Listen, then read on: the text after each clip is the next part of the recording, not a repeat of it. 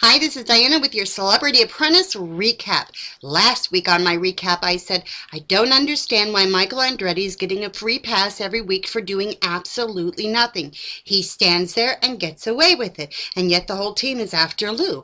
And I think it has something to do with the cool factor. He's one of the in guys, and therefore he gets away with it. This week was interesting because they gave him a task that was tailor-made for him to be a project manager, and he took a pass on it and let Adam Carolla, who loves cars, be the project manager. Now his excuse is, I'm not a salesperson. Well, you're on Celebrity Apprentice, dude. You got to take on more than one role. Try on a couple different hats, not just one helmet.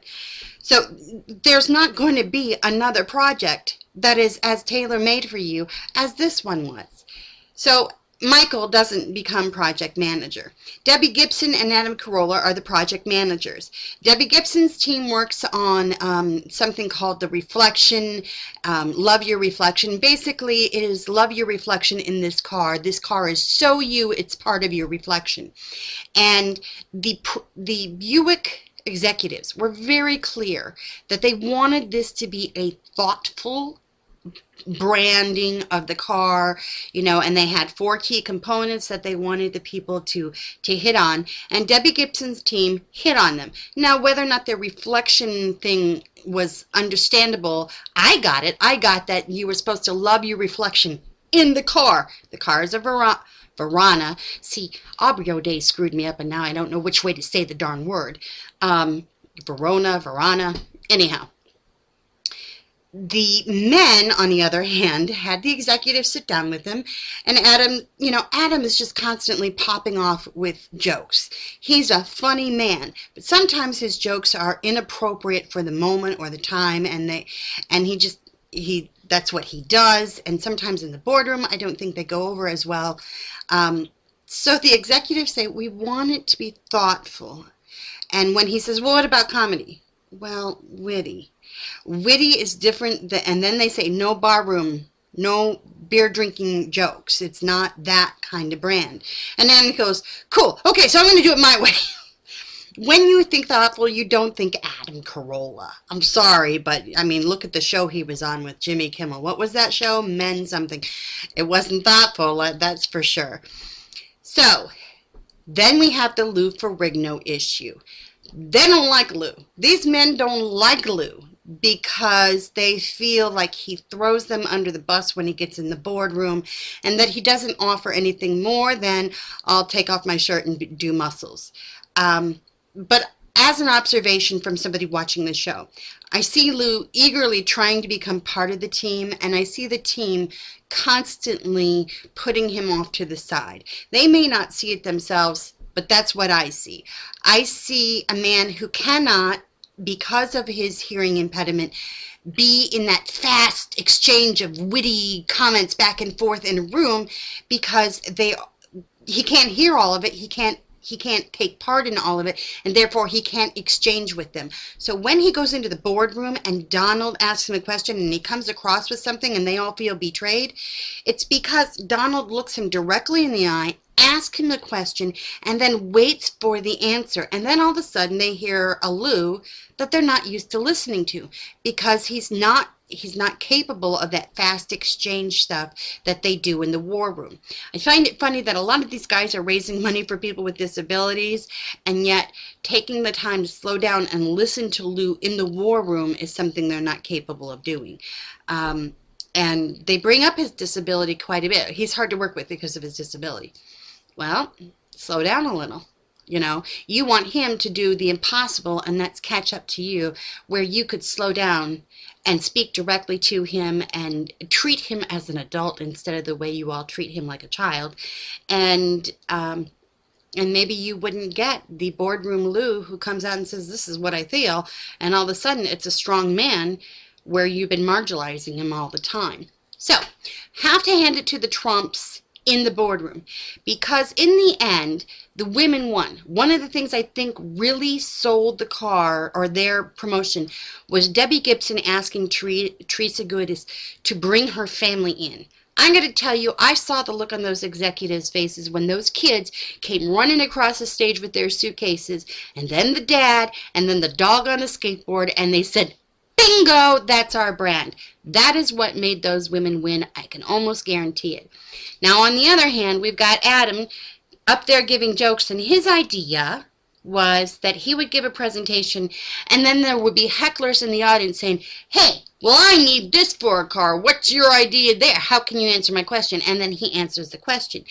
Not thoughtful. Again, not thoughtful. All right, so the guys get up, and, you know, it's impressive to have Penn Jillette, over 6 foot, over 300 pounds, get in the trunk of a car. That's impressive.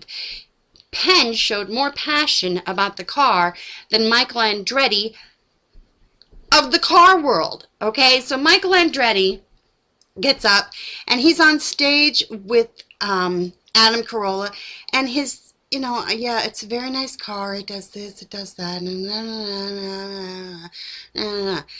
People have an image of the Andretti name. People want to hear, look, I know cars. I got in that car and I drove it. It was the most pleasurable experience I've ever had.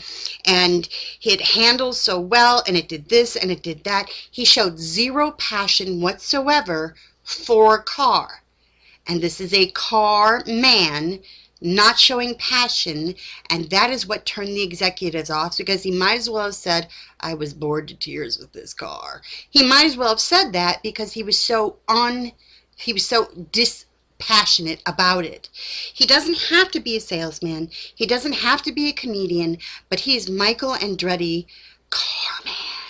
And a car man needs to be passionate about a car. And if you're pitching a car and you're not passionate about it, you might as well say the car sucks. So Lou Ferrigno's only role in this entire thing was to haul out Paul Tuttle from the back as security. It was really a dumb moment and a bad use of two people, but it was Adam Carolla type humor.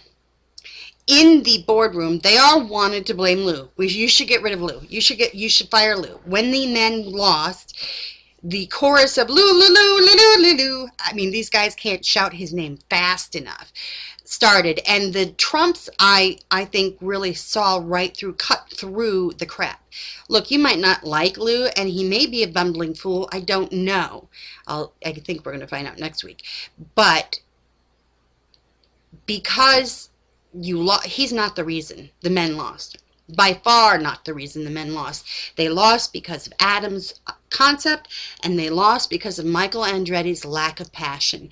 And so I hand it to the Trumps for cutting through the crap and not listening to the we don't like Lou chorus, and firing the people actually responsible for the loss this week. Now, Lou's going to have to prove himself really soon, and I don't think his team is going to be all that nice to him while he's trying to prove it. So if he manages to prove it, he's going to prove it all on his own, because this team isn't going to support him. And Adam Carolla refused to name two people. He thought he would be all chivalrous and, you know, I refuse to name two people. You don't tell Donald what the rules are in his boardroom. You just don't do that. It's his boardroom, for crying out loud. This my house. Nobody walks into my house and tells me the rules of my house. It won't happen. You'll be out the door faster than you can think. You don't walk into Donald's boardroom and tell him the rules of his boardroom. So Adam says, I'm not going to take anybody out. And Donald says, well, good for you. Now y'all can leave, and when you come back, I'm going to fire two of you. Oops. So, who gets fired? Adam. Quite summarily. Out the door he goes before the rest of them. Didn't even get to hug everybody goodbye. No high fives. No get Lou. You know, it was just go. Bye. And then, and I have to hand it Adam. He did own that it was his fault that they lost. He did not throw Lou under the bus for that, because clearly it wasn't Lou's fault. And then Michael Andretti didn't own anything, but he got fired too. All right, that's Celebrity Apprentice this week. It was pretty cool to watch the boardroom second hour, and it looks like next week's show is going to be pretty something. All right, talk to you later. Bye.